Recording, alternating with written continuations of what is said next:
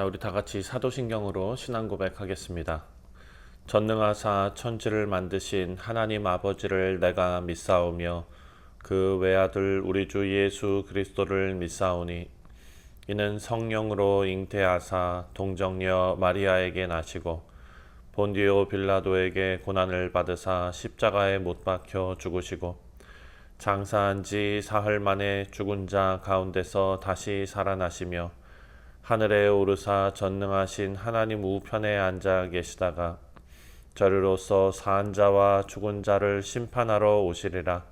성령을 믿사오며 거룩한 공예와 성도가 서로 교통하는 것과 죄를 사하여 주시는 것과 몸이 다시 사는 것과 영원히 사는 것을 믿사옵나이다. 아멘. 찬송가 446장입니다. 주 음성 외에는 함께 찬송하시겠습니다.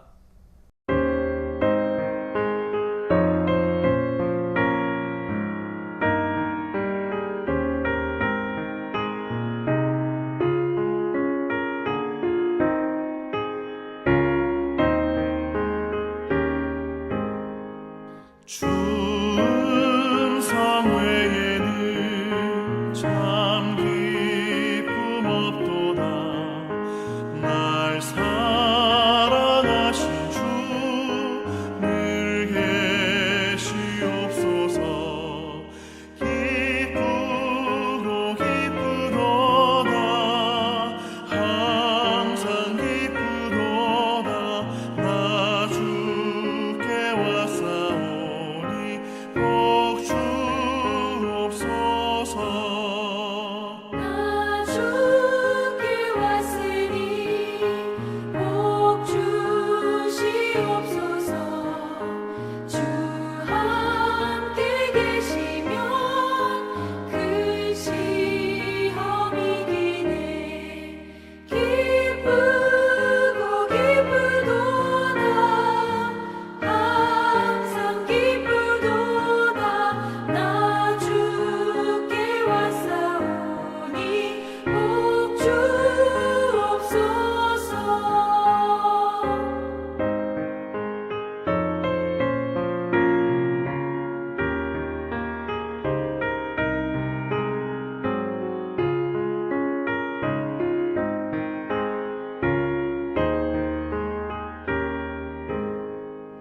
주 떠나가시면 내 생명 헛되네. 기쁘나 슬플 때 늘 계시옵소서. 기쁘고 기쁘도다. 항상 기쁘도다. 나 주께 왔사오니 복 주옵소서. 그 귀한 언약을 이루어 주시고 주 명령 따를 때 늘 계시옵소서. 기쁘고 기쁘도다. 항상 기쁘도다. 나 주께 왔사오니 복 주옵소서. 아멘.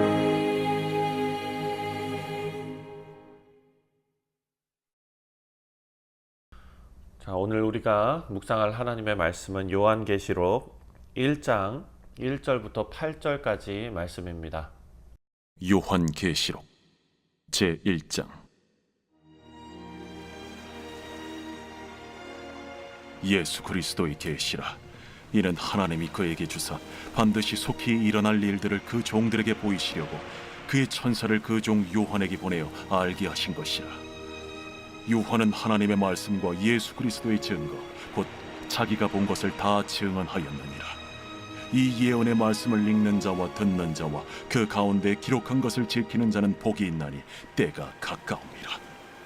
요한은 아시아에 있는 7 교회에 편지하노니 이제도 계시고 전에도 계셨고 장차 오실 이와 그의 보좌 앞에 있는 7 영과 또 충성된 증인으로 죽은 자들 가운데서 먼저 나시고 땅의 임금들의 머리가 되신 예수 그리스도로 말미암아 은혜와 평강이 너희에게 있기를 원하노라.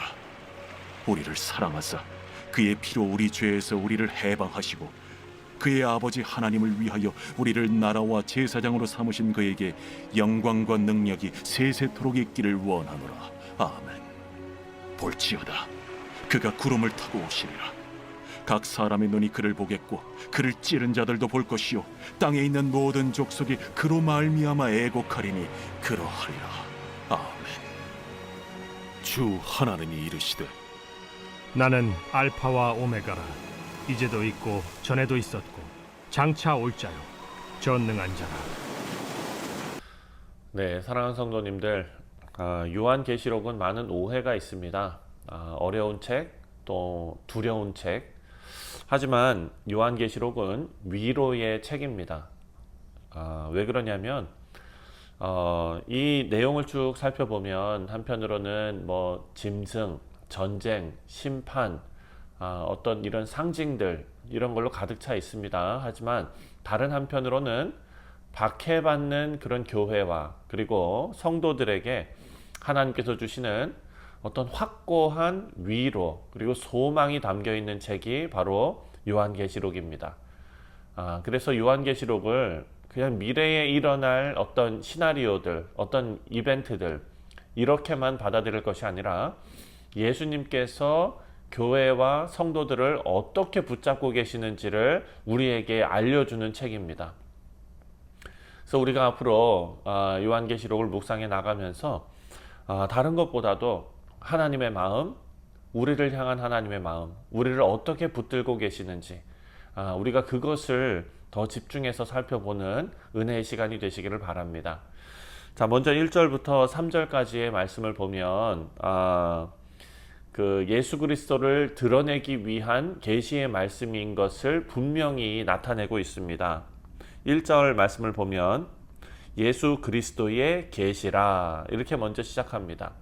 여러분, 계시가 무엇입니까? 계시는 가려졌던 것이 벗겨진다 라는 뜻입니다.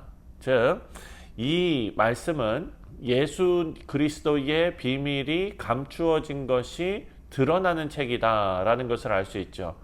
그래서 중요한 것은 이 계시록의 말씀이 예수님에 대한 것입니다. 그리고 예수님에 대한 것뿐만 아니라 예수 그리스도께서 친히 주시는 것이다 라는 점이 우리에게는 너무나 중요한 점입니다. 그래서 이 계시의 말씀은 요한이 그냥 상상 속에서 환상을 본 것이 아니라 그것으로 우리가 그냥 딱 끝내는 것이 아니라 하나님께서 예수 그리스도에게 주시고 그리고 예수 그리스도 그 하나님의 아들이 천사를 통해 요한에게 주시고 그리고 성삼위 하나님의 역사를 요한에게서 깨닫게 하시는 그런 하나님의 역사다라는 것입니다. 그래서 3절에 요한이 이렇게 기록합니다.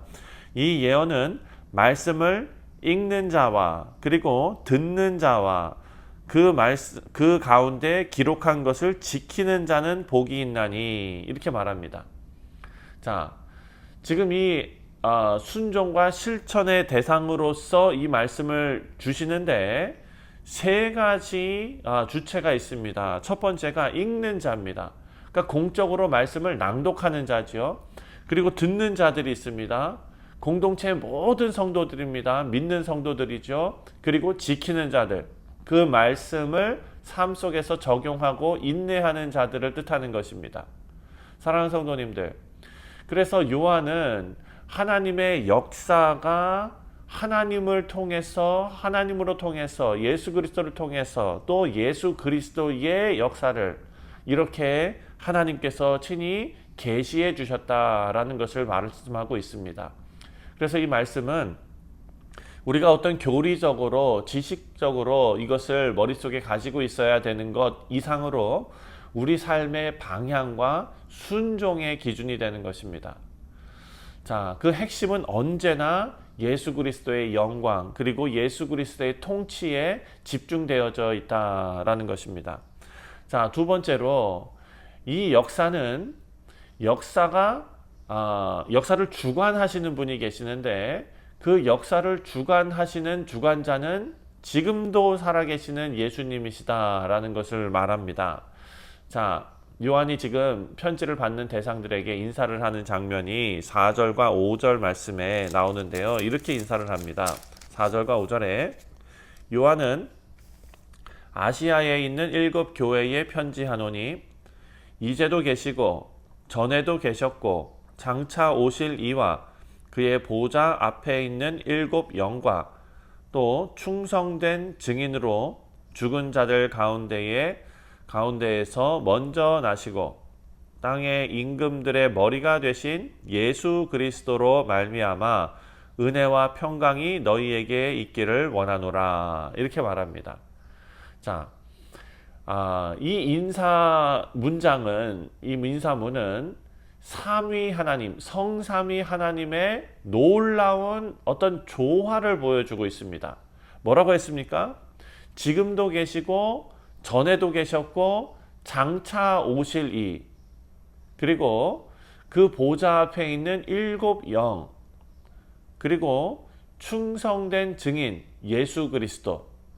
여기 보면은 성부 하나님 아버지와 성령 하나님의 충만하신 사역과 성자 예수 그리스도의 주권과 부활이 다 담겨져 있는 인사문입니다. 예수 그리스도는 죽은 자들 가운데서 먼저 나시고 또 부활하신 첫 열매이시고 땅의 임금들의 머리이시다라고 말하고 있습니다. 자, 요한은 지금 여기에서 예수님께 3가지 칭호를 지금 붙이고 있습니다. 첫 번째가 충성된 증인으로 지금 하고 있고, 복음과 진리를 끝까지 증언하신 주님. 그리고 두 번째가 죽은 자들 가운데서 먼저 나신 분, 부활의 첫 열배. 세 번째가 땅의 임금들의 머리가 되신 분, 역사의 주관자. 그리고 이어서 이렇게 고백합니다. 5절에 우리를 사랑하사 그의 피로 우리 죄에서 우리를 해방하신 분이시다 라고 말합니다. 또 우리를 나라와 제사장으로 삼으셨다.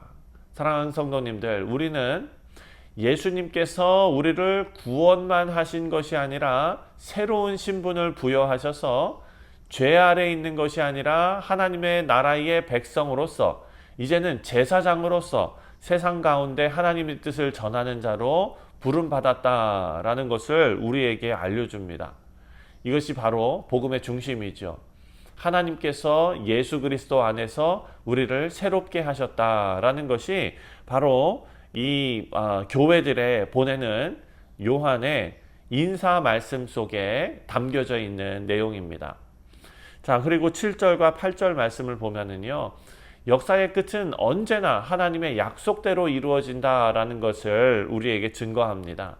이제 마지막 선언을 하는데 7절입니다. 볼지어다 그가 구름을 타고 오시리라. 각 사람의 눈이 그것을 보겠고 그를 찌른 자들도 보겠고 땅에 있는 모든 족속이 그로 말미암아 애곡하리니 그러하리라. 아멘. 자, 지금 이 말씀은요, 구약의 다니엘서 7장 그리고 스가랴 12장에 이미 예언되었던 말씀의 성취입니다. 그날에 7절같이 될 것이다. 7절같이 되는 날 다니엘서 7장과 스가랴서 12장이 성취됩니다.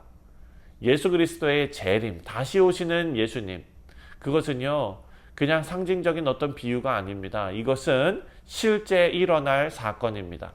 예수님은 분명히 다시 오심을 우리가 함께 믿으시기를 바랍니다. 그리고 예수님께서 다시 오시는 그 재림은 위로받는 자들에게는 큰 기쁨이 될 것입니다. 우리 모두에게는 큰 기쁨. 하지만 말씀이 이렇게 말합니다. 거역하는 자들에게는 통곡의 날이 될 것이다 라고 말합니다. 여기 말하면 땅에 있는 모든 족속이 그로 말미암아 애곡하리니.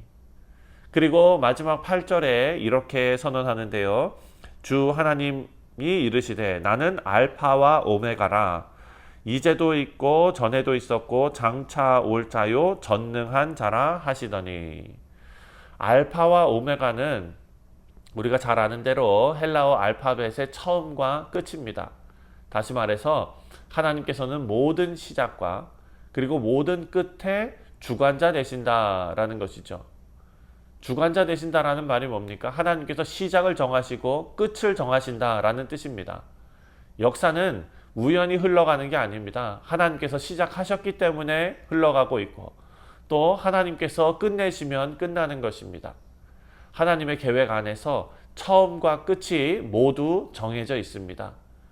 그래서 우리가 보는 현실이 혼란스럽고 지금도 우리가 살고 있는 이 사회와 그리고 국제 정세, 전쟁의 소식이 있고요. 불안함이 있습니다.